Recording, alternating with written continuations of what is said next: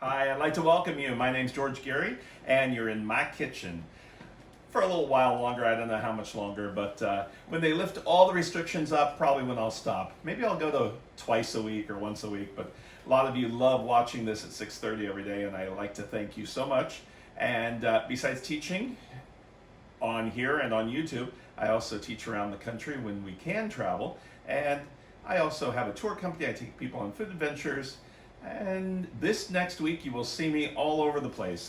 I'm on that NBC daytime show, and I've got KTLA in Los Angeles this week. I've got Portland.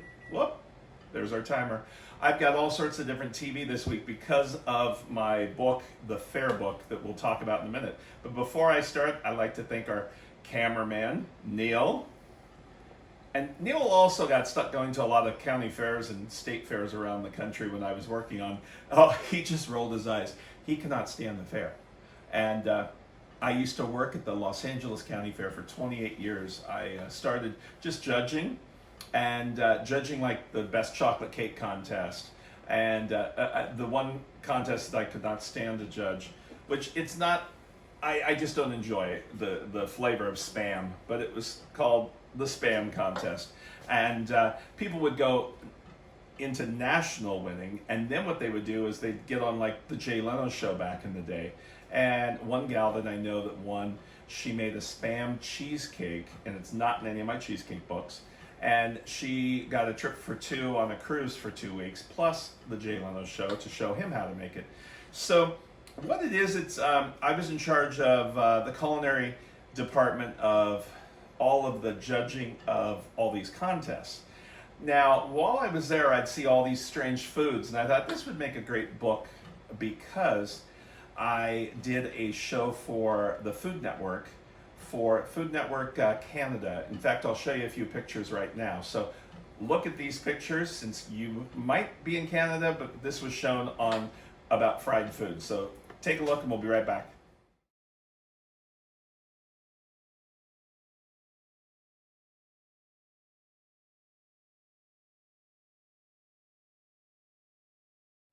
So those were, I've got to look at the date. I'm not sure, but I'll put it down below of the date of when I did that show. And I came up with a book with different crazy things that the fair does. And everybody says, is it all fried? Well, all week we're going to be doing things from the fair book. And there's everything from pulled pork sandwiches to barbecue. And I didn't realize, since I've been doing this show for the past 3 months, I've done a lot of already out of this book. So we did the fried Oreos one day. So tomorrow I think we're doing fried Twinkies, and then we're doing fried Snicker bars, and we'll explain the flavor and what happens. And at the end of the week, we're going to give away one of these books. So you can find them on Amazon, or you can email me. But look at this. That is the page I have to autograph it. I had to autograph over 100 in one setting, and it feels like your whole eyes do weird things when it does this. And I started, I was like, not deja vu, would you call it psycho or something? What would you call it, Neil? Vertigo. Vertigo, there you go. So just do that. So a lot of great food in here, and why I'm doing this is food this week from the fair is all of the state fairs and county fairs have shut down for the year. The Los Angeles County Fair, which used to be the world's largest county fair, shut down. I think the first week of March. They said we aren't doing it in September, and so all the rest of the fairs have said no. So everyone is kind of on hiatus. So we're going to do some FairFoods so you can do them at home. And keep in mind, I normally do a Friday show, and that's when I give away the book, but we will not be doing a Friday show this week. We're going to do a Saturday show instead. So on Saturday, what I do is everybody that signs into the live show at 6:30, I put their name down, 1 through how many there are, and of how you arrived in the room. And then I go into the other room, because Neil doesn't know, and I say, Neil, a number from 1 and 65. and he'll say 24, and I'll look down the list. 24 is the person that wins the book. So, and I'll send it to you autographed and personalized. So you can get it anywhere, but might as well wait until Saturday to see if you're going to get it. What? You want me to put it right here? It's going to get all schmucked up. You know how what was it last week? The stuff was flying. The cherries. The cherry filling? Okay, I'll put it here. I'll move it. You'll move it okay. But we're going to do a close-up inside of what we're doing. Anyway, we've got apples. We're going to do an apple crisp with pecan topping. And the California State Fair, all the recipes I would write if I knew where things came from. Some things a bunch of fairs did at the same time. So I like the funnel cake. Where'd that come from? Who knows? But every fair has it. So what we're doing is there was a gingerbread house that was at the fair, and it goes down to the Los Angeles County Fair, and then it's Christmas time. It goes to the city of Riverside for the Light Festival, and they do this great apple crisp. So I'm going to do it, and I take a little piece of butter in the wrapper, and I butter the bottom of my dish a little bit first. I don't use spray on this. I just take a little piece of the butter from the recipe and butter a 9 by 13 inch dish or a gratin pan like I've got right here. So either way. Then we've got Granny Smith apples, and I slice them all on a slicer and cut them. So I'm going to drain the water, and I've got a little bit of lemon juice in here. So I'm going to drain that out and make sure I don't have any water. And I've got large pieces of lemon on the bottom, so let me get a really large bowl. So this works better. Remember, use larger bowls and it works better for you. So make sure you get all the water out. And I know I have a few more pieces of lemon in here. You don't want the lemon to stay in, because if you do that, it kind of doesn't taste good. So I know I've got another piece of lemon here somewhere. There we go. Alrighty. So we have granulated sugar, cinnamon and nutmeg, and just a little bit of vanilla extract. That's it. Now, because those apples were all in spirals and I want to break them up, I'm using my hands just to toss this up a little bit. And just want to make sure I'm telling you exactly. And then we're going to put that all in our baking dish, just like that. Now, if you don't know how many apples will go in your baking dish, I tell you 3.5 pounds. I might have 4 pounds here. What I did is I cut them and put them in here first to measure the amount that was going to go in the pan. So that's how I did that. Next, we're going to take and make our pecan or pecan topping. Now, it has butter that's cold. Then we've got brown sugar, salt, cinnamon, flour, and pecans.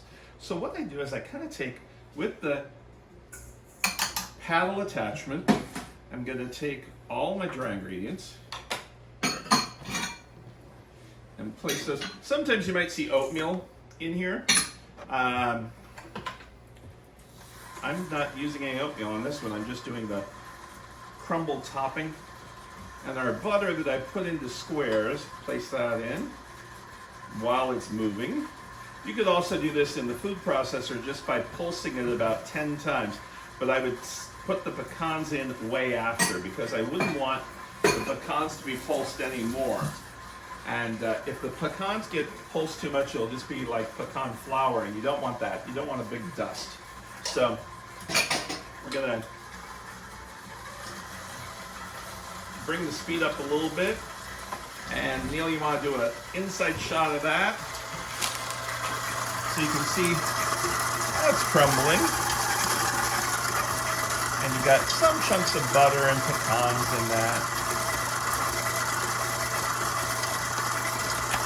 Then, even though you have a few large pieces of butter, don't worry. You're gonna put this. What I do is I normally go down the center, then go to the sides. I want to put all this in. At first you think there's too much, but there's never too much. We're gonna cover this just with our hand. Oh, I got a manicure. They opened up on Friday. It's horrible to see dirty fingers. When I worked at Mike and Maddie, they did it for you. And everybody has something they can't stand, and I can't stand I can't stand cutting my nails. I like somebody else to do it. And they were very clean. In fact, too clean. It took me 3 hours. It was like, oh boy. Neil called and he's like, where are you? I go, I'm still waiting. I'll be done in a minute. So anyway, so there we go. We're gonna put this in the oven, and it takes about an hour, and you'll see the bubbling around the edges with it. And when that starts bubbling and this browns, it'll be done. So we'll be back to pull this out of the oven. In the meantime, we'll make our pecan cake next. All right, our apple crisp is in the oven, and I have a southern pecan kind of pound cake, but it's very rich. And these are sold throughout the South during the fair, and you use a bundt pan or a tube pan, any kind. You can use any kind of those bundt type pans. There's so many great varieties, but this was the original look of the bundt pan, and I think it says it has the anniversary on it or whatever. And what I do first is I take some pecans and some sugar. Do I have sugar in there? Yeah. And pecan sugar and a little bit of cinnamon. And I make a mixture, and I toss this in the bottom because, as you know, this is going to be the top when you invert it. So, and I kind of go around the edges. Oh, and I've sprayed it first, so some of the stuff will stick. So just like that. See that okay, Neil? Uh-huh. Okay, Neil doesn't want to get up, so I've got to stretch it over. I'm kidding. Now, remember the topping that we did on the apple? All those flavors are about the same as this. So I did not clean the bowl out. So the bowl has a little bit of residue, but it's okay. We're going to take butter now and cream cheese. How bad can a cake be with both? But what I want to show you is if this is soft enough, but if it wasn't soft enough, you want the cream cheese, and this is soft enough too. If one of them was not soft enough, you put that in first, whip it around, and then add the second one. So, kind of like we did, which cake was that? The cream cheese frosting that we did on one of the cakes, the hummingbird cake, about 3 months ago now. And it's the same thing. You want to make sure the mixtures are soft enough. If they aren't soft, then you're going to get big chunks of whatever was the harder one. So the butter I put in, and the cream cheese.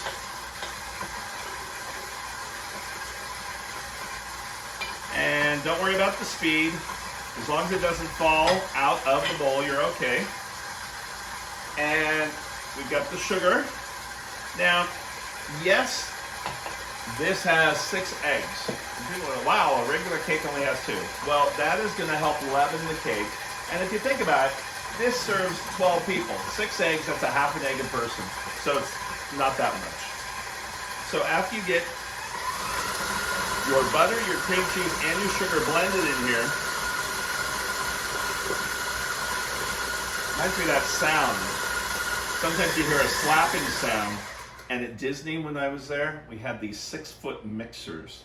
And I'd be dumping stuff into the mixers sometimes. And we had Japanese, Tomoko and Masako, Japanese ladies that worked for us. And when the mixer would do that paddle sound, I'd make everybody do. And you had to cut the tension of the bakery, so we'd all be doing like the hula. So, and Tomoko would say, "You're crazy, man." Which, yeah, she's right. And she made the best chicken salad when we do potlucks, she would bring these dishes. We'd only do the potlucks so she could bring the food. But then there was always somebody, the type of person, they bring the paper plates. I won't mention her name. We don't know where she is, but she'd always, I'll bring the paper plates. And you're like, it's a potluck, bring food. We can get paper plates from the cafeteria. But really, we probably wouldn't have wanted her food anyway. So after the fat, don't you hate that word fat? Anyway, the cream cheese and the butter and the sugar is all blended really nice. You're gonna add the eggs in one at a time on a slower blend because you don't want them to come out and hit the cameraman. Exactly. You don't want to look at your polka dots. Yeah. Lens. Oh yeah, there's that too. So Neil, I took you guys to the Iowa State Fair one year. Yes. Neil's eyes get big. He's so glad that was actually a cute fair. It was neat. Well, what was funny, what I thought was interesting, I don't know if you remember this, we're out at our cars and we're getting out and this guy comes with a electric golf cart, remember it? Mm-hmm. And he comes out and he says, I'm here to take you anywhere in the fair you want to go. And we're like, wow, okay, well, we need tickets. Well, we'll get the tickets, then we'll go out into the fair. And I was like, well, okay, I don't know, it's our first time. And he says, all I ask is a donation for the blind, because they were raising money for the blind. And I looked at him and I said, are you blind? Because I was kind of worried at that point, because we're in Iowa, you just never know. He goes, no, but I help the blind. I go, okay, I was just kind of concerned there. He's like, where are you guys from? We're like, California. He's like, what are you doing here? So, you want to see the Iowa Fair? The butter cow. Neil and I and the butter cow. Oh, golly. They're known for the sculptures. And somebody sculptured Snoopy, and they did the butter cow out of butter. This lady has done it for years. I guess she passed away recently, but anyway, she had done it. Everyone says, you gotta see the butter cow, you gotta see the butter cow. In fact, the others were blue cheese, because you can see the veins. Remember that? Yes. Where the others were, and you're like, oh, interesting. Well, Neil and I, it says butter cow that way, so we walk over there, and we stand there, and we're looking at the butter cow, and we're like, oh, okay. Then we did not realize that there was a line, probably 50 people deep. We went right to the front of the line and just stood there and looked at it and left. And I thought, oh, Neil, these people are so nice. They don't even say something like, get out of our way, buddy. I mean, the people in the Midwest are the nicest people. Yeah, I felt bad. We felt bad. Barged our way. Those Californians barged our way right to the front. But we felt so bad that we went over to look at the little farm animals, and somebody had little pigs that were done. And this guy is standing there, this 4-H kid, holding the little piggy. It's the cutest little guy, he's about this big, and he's talking to people about it, and we walk up and we look at the piggy. Little do we know, there's another line of 50 people for people to stand there in front and talk to the guy with the pig. So at that point we decided we better watch around before we get, I think that's an open carry state. Well, probably, and we probably could have gotten in trouble but anyway, the people in Iowa, I've been to Iowa State Fair, Minnesota, Wisconsin. They have good ice cream at the Wisconsin State Fair. But I was going to see things that were going on just to check out the fairs. And the fairs are about the same everywhere, but they are fun. I haven't been since I've been gone from the LA County Fair. This is my 11th year of being gone. But I would do demonstrations and little demos, 20-minute demos and things like that also. So we've got all the eggs in here. Now we're going to scrape it. See how fast this mixes when you have stupid stories of the fair? Oh, boy. But the Iowa Fair, that was the one that we just kept taking cuts in front of the line. Yeah, that we didn't even notice. We didn't, and I mean, then after, and we still talk about it. We think, oh, whenever we see a line, we're like, oh, there's the line. Let's not go stand it. Or I'll say, oh, our code is butter cow, which means let's go to the front of the line. But we don't do that. But I joke about it. I go, let's go to the front of the line, butter cow. All right, so we've blended all of this. Now we're going to add our flour and our vanilla. Oh, I need a little bit of vanilla and lemon juice. Where's my little, oh, there it is. Say, talk about the butter cow and lemon juice. a little bit of lemon juice in there. It kind of adds flavor. And then we've got our flour going in. And cinnamon. And pecans or pecans, depending on where you're from. We'll blend that up slowly. And then Neil will do a close-up when I get over here and start putting the mixture into the pan. It's not the easiest pan. The mixture is very dense. That's how you kind of know if it's going to be in a tube pan or not. A dense cake. You need that heat core in the center. I would not ever try to make this into. I could do muffins, large muffins. It would work well. But you wouldn't want to use this in like a 9 by 13 or a 9-inch round, because there isn't enough heat and it'll be wet in the middle even after you've baked it, or it'll be dry on the edges. So you need that heat core, and that's why you've got the tube pan or a bundt pan.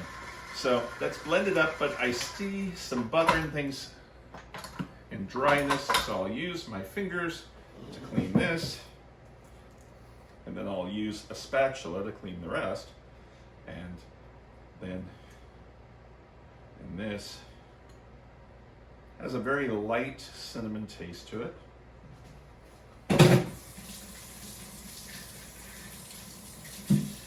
This cake is perfect for afternoon tea, and then you take it, and if you want, you can also slice it, put a little bit of spray of olive oil on both sides, and throw it on the grill and grill it a little bit with some fresh peaches. Making you hungry, Neil? Yes. Neil's like, all right, where's the peaches? Yesterday was Father's Day, and we went, Neil and I both don't have our fathers anymore, so we went next door to some great neighbors, and they had barbecue, and we sat around and talked and had a good time, distanced. Oh, and then we also went out to Palm Springs. Neil had a delivery out there, and we went and saw our best men that were in our wedding, and we went to a country club. I had social distance. That was really, I mean, it was interesting because the tables were so far apart. I felt bad for the waiters. They have to like run to get from one place to another. All right, so that's what we did this weekend. Hopefully you guys all had a good time. We're going to put this in here, and then we're going to smooth it down, trying not to get any on the core. If you get any on there, you just go back and clean it up. But you can see how thick it is. It's not runny like a cake batter. Sometimes I'll just take some like this. And now if you want to make this a little sweeter, you can add some chocolate chunks into it. I would add probably 1 cup. And you can keep the pecans in there because you really need the pecans in it. And then the chocolate chips or chunks are really good. And I just bought a couple more packages of the See's Candy Company. Has some in their candy stores, packages of chocolate chunks. And I had a number of you last time when I used it did not realize that See's Candy had chocolate chunks for sale. They do. I'll clean that bowl for you, George. You'll clean the bowl. Neil loves raw. You're going to get worms. One day at Disney, I had one kid. It was his first day, and I walked by and I grabbed a big chunk of cookie dough and tasted it. And he looked at me, he goes, "You're going to get worms." I said, how long have you worked here? And who are you? His name was Jeff. Nice guy, but I gave him a bad time about telling me I'm going to get worms. Okay, so what you'll want to do is, just in case you slopped it all, you want to clean it up with a little bit of towel, because you don't want it to get in there. There you go. Okay, this takes about 1 hour and 20 minutes in the oven, and we'll be right back when it comes out of the oven. Okay, our apple just came out of the oven, and Neil's going to do a close-up. You can see it bubbling around the edges. See that? Doesn't that look good? Wow. And that's our apple crisp, and there's our pecan southern cake. I like to decorate this up there's no icing on it, but just a little powdered sugar dusting. I like using a black plate because I think it just brings some dramatic to this. Woo! I could go crazy on the powdered sugar. So, and you can do powdered, this will melt by the time it's melting now, but when you serve it, just take a big scoopful and you can throw some vanilla bean ice cream with both of these. Remember we taught you how to make vanilla bean ice cream too a couple weeks ago, so you can add that to it. But here's our two things. I'd like to thank you so much for joining us today. Don't forget, we don't have a show Friday. I'm going to say that every day. We have the Fair book. We'll be giving it away on Saturday. Make sure you sign in at Saturday and say hello. You have to say hi so I know you're there on Facebook Live. And we'll be seeing you tomorrow. And thanks so much for joining us. See you later. Bye now.